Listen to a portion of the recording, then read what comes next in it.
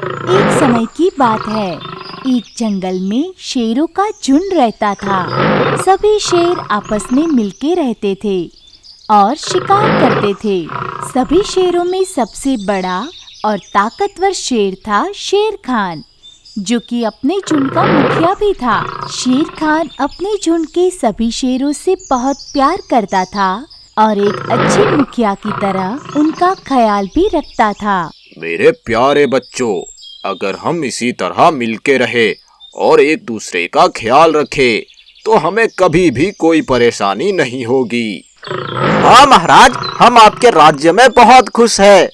जंगल से थोड़ी ही दूर एक काली गुफा के अंदर एक बूढ़ा शेर रहता था।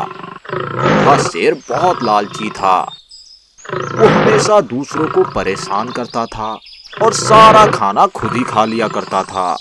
उसे खाना ना मिलने पर वो कभी कभी बाकी शेरों को मार भी दिया करता था। उसके इस बर्ताव की वजह से शेर खान ने उसे अपने झुंड से बाहर निकाल दिया था। एक रात शेर खान की तबीयत बहुत बिगड़ जाती है। तबीयत बिगड़ने की वजह से शेर खान बहुत कमजोर हो गया था। वो ना तो कुछ खा पाता था और ना ही ठीक से चल पाता था। ये सब देख बाकी के शेर बहुत चिंतित रहने लगे। बूढ़ा बंदर शेर खान की तबीयत को देख झुंड को बताता है। महाराज की तबीयत और ज्यादा बिगड़ती जा रही है। अगर जल्दी कुछ नहीं किया गया तो महाराज की जान भी जा सकती है। नहीं, हम महाराज को कुछ नहीं होने देंगे। बहुत देर हो चुकी है, महाराज शायद कल सुबह तक नहीं बच पाएंगे। सभी ये सुन के बहुत निराश हो जाते हैं। उसी रात जंगल में एक चमत्कार होता है और आसमान से एक जादुई फूल नीचे गिरता है। जादुई फूल में कुछ जादुई शक्तियां थी, जिसकी खुशबू से कोई भी बीमार ठीक हो जाता था और कोई भी बूढ़ा फिर से जवान हो जाता था। उसी रात बूढ़ा शेर वहां से गुजर रहा था। चमकती हुई फूल को देख बूढ़ा शेर बोला, अरे ये कैसा फूल है जो इतना चमक रहा है? बूढ़ा शेर फूल के पास जाता है और उसकी खुशबू लेने लगता है। खुशबू लेते ही बूढ़ा शेर फिर से जवान हो जाता है।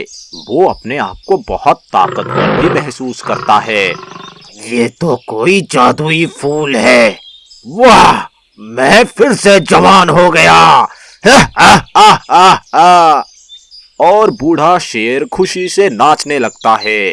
अब मुझे इस जंगल का राजा बनने से कोई नहीं रोक सकता। शेर खान को मार के इस जंगल का नया राजा बनूंगा मैं।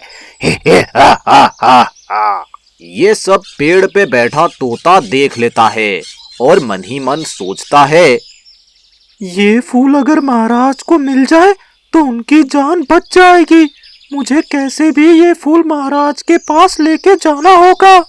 बूढ़ा शेर फूल को अपने मुंह में दबा के अपने गुफा की ओर जाने लगता है और तोता भी चुपके से उसके पीछे पीछे उड़ने लगता है। बूढ़ा शेर अपने गुफा के अंदर ले जाके फूल को रख देता है। कल सुबह होते ही मैं शेर खान और उसकी झुंड से लड़के इस जंगल का राजा बन जाऊंगा। और बूढ़ा शेर ये कहकर सो जाता है।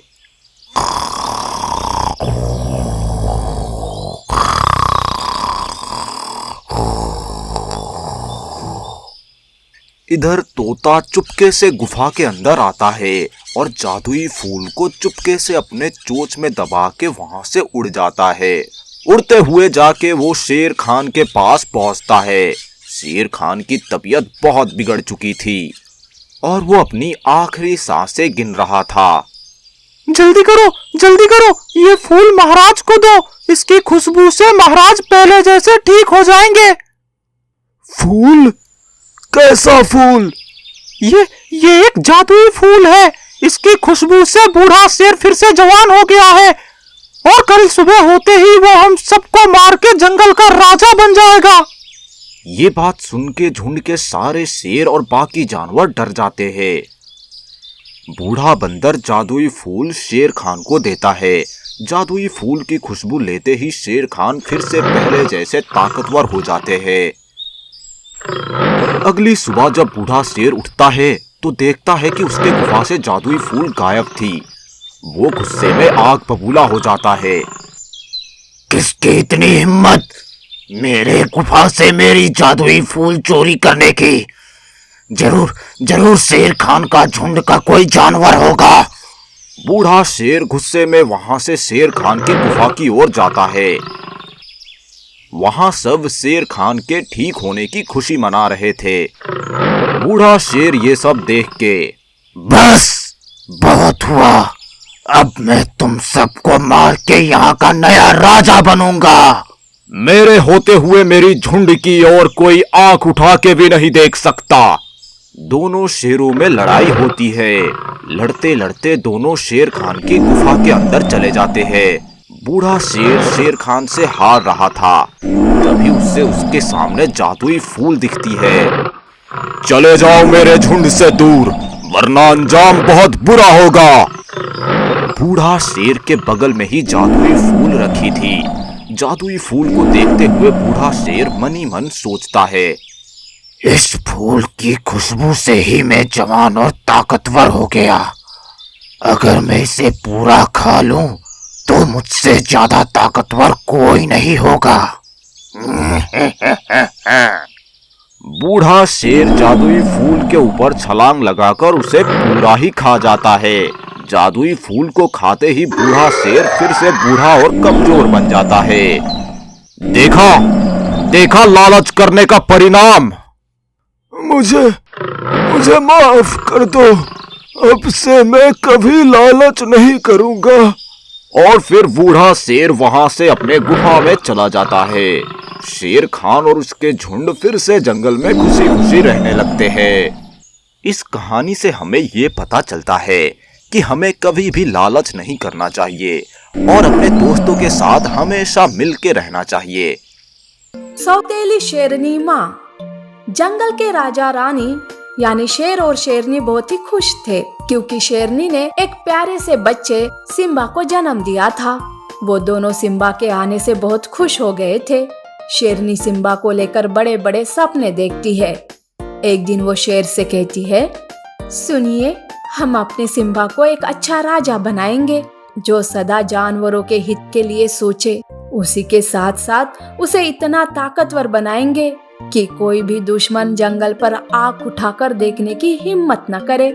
सुनो शेरनी, तुम्हारी बात तो बिल्कुल सही है, पर सुनो, सिम्बा अभी भी छोटा है, अभी उसे खेलने कूदने तो दो, जब बड़ा हो जाएगा तब उसे मैं सब सिखा दूंगा। शेरनी हमेशा सिम्बा के साथ रहती थी, उसका अच्छे से ख्याल रखती थी। ऐसे में एक दिन शेरनी की बहन रीना शेरनी जंगल आती है। रीना को देखकर शेरनी कहती है, अरे रीना, तुम यहाँ कैसे आना हुआ? कोई काम था क्या? अरे दीदी, क्या मैं बिना काम से तुमसे मिलने नहीं आ सकती क्या? चलो तुम कहती हो तो मैं यहाँ से चली जाती हूँ। अरे नहीं नहीं रीना, ऐसे कोई बात नहीं है। तुम्हारा जब तक मन करता है तब तक तुम यहाँ रह सकती हो। रीना शेरनी के साथ रहने लगती है। रीना सिम्बा का ख्याल रखने में शेरनी की मदद करती है। धीरे धीरे रीना को वो जंगल पसंद आने लगता है। उसी के साथ साथ शेरनी का जंगल में मान देखकर रीना के मन में लालच जाग जाता है। उसके मन में बुरे बुरे ख्याल आने लगते हैं। अरे दीदी के तो यहाँ बड़े मजे हैं। सारे जानवर कैसे दीदी की बात मानते हैं। अब तो ऐसे लग रहा है कि मैं भी इस जंगल की रानी बन जाऊं। रीना शेरनी को रास्ते से हटाने की कोशिश करने लगती है। एक दिन रीना शेरनी को बहला फुसला कर नदी किनारे लेकर आती है। तब शेरनी कहती है, अरे रीना, मुझे यहाँ इतनी दूर क्यों लेकर आई हो? अब जल्दी चलो यहाँ से, सिम्बा घर में अकेला है।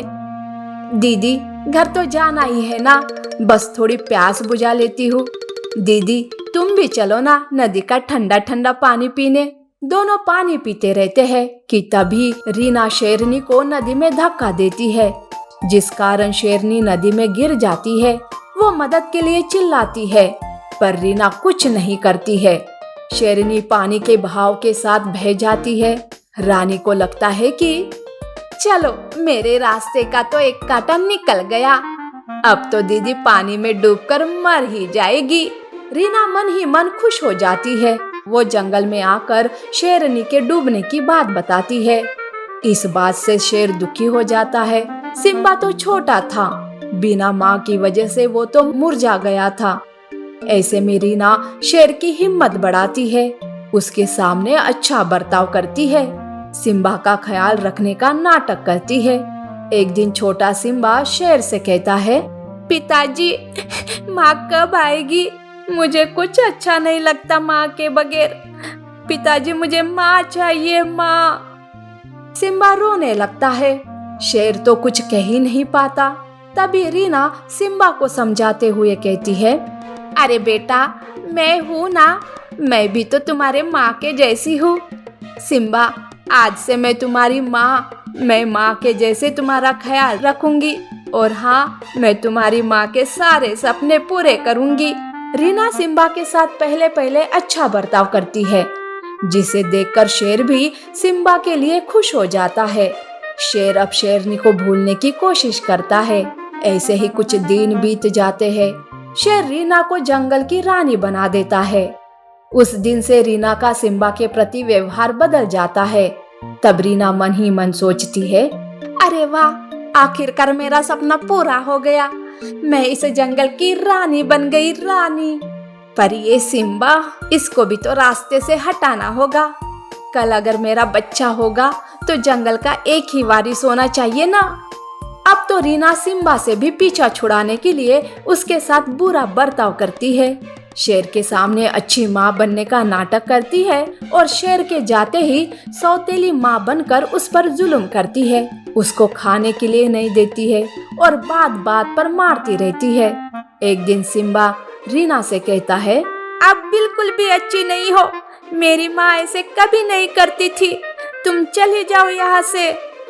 अच्छा, तो तुम्हारे मुंह में भी जबान आ गई। अब तो तुझे भी तुम्हारे माँ के पास भेजना ही होगा। ऐसा कहकर रीना सिम्बा को मारने जाती है, पर तभी शेरनी दहाड़ लगाते हुए वहां आती है। शेरनी को जिंदा देखकर रीना के तो होश ही उड़ जाते हैं। उसके मुंह से एक शब्द भी नहीं निकलता है। तब शेरनी गुस्से से कहती है, खबरदार, अगर मेरे बेटे को हाथ लगाया तो हाथ तोड़कर रख दूंगी। मक्कार कही कि तुमने मुझे खूब मारने की कोशिश की, पर भगवान ने आखिर मुझे बचा ही लिया। आज तुम्हारा सारा भेद सबके सामने रख दूंगी। तभी वहां शेर और बाकी के जानवर भी आ जाते हैं। शेरनी रीना की सारी सच्चाई शेर को बताती है। सबके सामने रीना का सारा भेद खुल जाता है। तब सारे जानवर मिलकर रीना को मार मार कर जंगल से बाहर निकाल देते हैं। इस तरह से सिम्बा को उसकी माँ मिल जाती है और जंगल को उसकी रानी। नीति: बुराई का अंत हमेशा बुरा ही होता है।